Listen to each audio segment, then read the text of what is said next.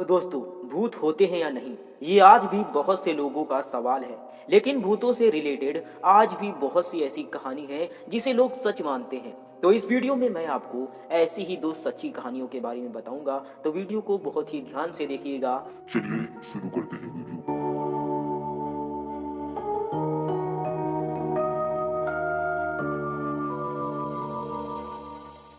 Number one. अक्सर आप लोगों ने मूवी में शापित गुड़िया के बारे में सुना होगा, लेकिन क्या आपको पता है कि एक ऐसी ही शापित गुड़िया रियल में है? तो जी हाँ दोस्तों, यह शापित गुड़िया फ्लोरिडा के ईस्ट मटेरलो म्यूजियम में रखी है। कहा जाता है कि इस गुड़िया को 1906 में एक नौकर ने रॉबर्ट यूजिन ओटो नाम के एक बच्चे को दी थी। दरअसल इस नौकर ने आपसी रंजिश के चलते इस गुड़िया पर काला जादू करा दिया था, जिसके बाद यह गुड़िया रॉबर्ट और उसकी फैमिली को परेशान करने लगी। जिसके बाद इस गुड़िया को एक बॉक्स में बंद कर दिया गया। लेकिन ये सब यहीं पर नहीं रुका। जब रॉबर्ट की शादी हुई और रॉबर्ट अपनी पत्नी के साथ दूसरे घर में शिफ्ट हुआ, तो इस गुड़िया ने फिर से उन्हें परेशान करना शुरू कर दिया। और इसी बीच 1974 में रॉबर्ट की मृत्यु हो गई, जिसके बाद इस गुड़िया को शीशे के डब्बे में करके म्यूजियम में रखा गया। कहा जाता है कि अगर इसकी परमिशन के बिना कोई भी शख्स इसकी तस्वीर खींचता है तो ये गुड़िया उनको श्राप दे देती है। वैसे इस डॉल को रोबोट द डॉल कहते हैं। नंबर 2, 14 नवंबर 1995। इस तारीख को एक ऐसी घटना घटी थी जो लोगों को सोचने पर मजबूर कर देती है। दोस्तों, इस कहानी की शुरुआत होती है चीन के बीजिंग शहर से। नवंबर का महीना था, ठंड भी काफी ज्यादा थी और बाहर कोहरा भी गिर रहा था। और उसी रात रूट नंबर 375 की एक बस चलती है, जो अपने निर्धारित समय पर yuan Ming Hwan bus terminal से शिंग सॉन फ्रेग्रेंट हिल के लिए निकलती है।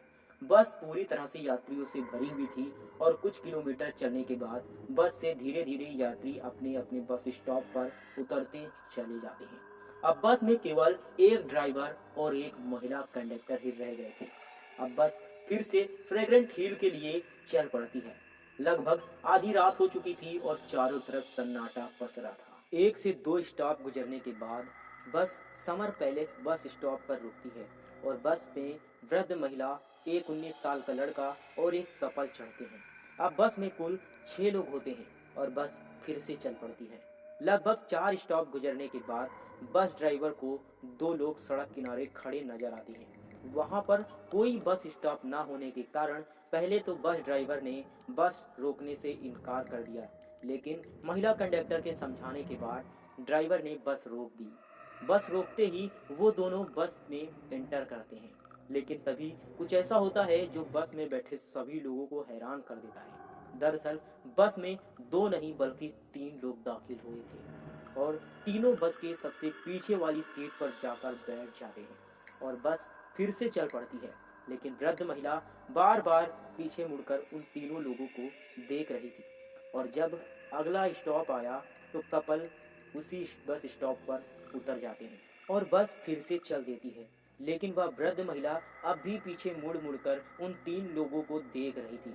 करीब 2 से 3 किलोमीटर चलने के बाद वृद्ध महिला जोर जोर से चिल्लाने लगती है और आगे बैठे हुए लड़के को एक तमाचा लगाकर कहती है कि कहाँ है मेरा पर्स।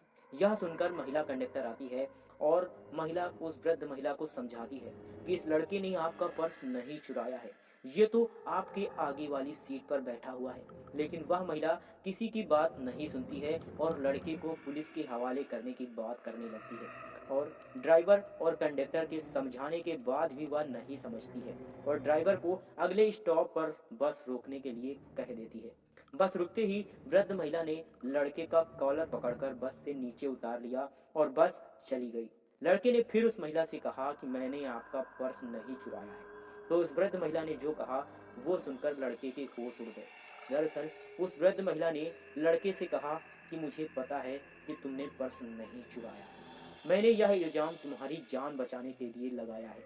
यह सुनकर लड़का चौंक गया और कहने लगा कि आपने मेरी जान कैसे बचाई।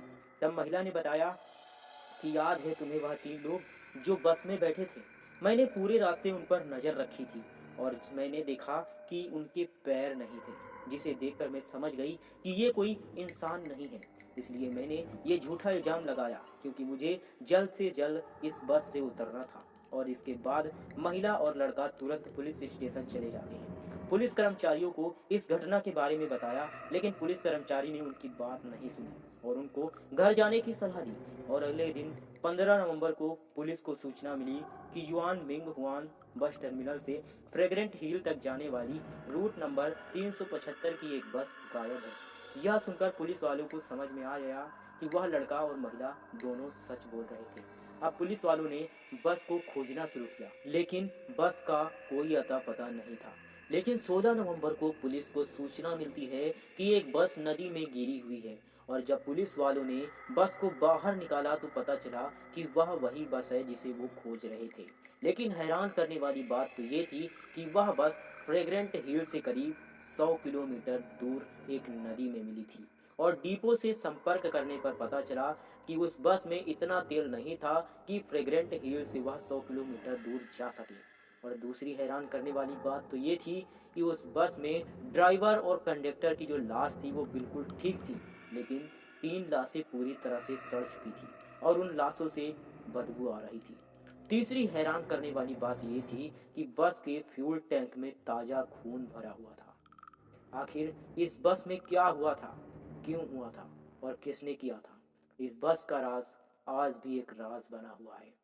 बहुत लोग सोच रहे हैं कि आखिर वह 3 लोग कौन थे। क्या सच में वो भूत थे?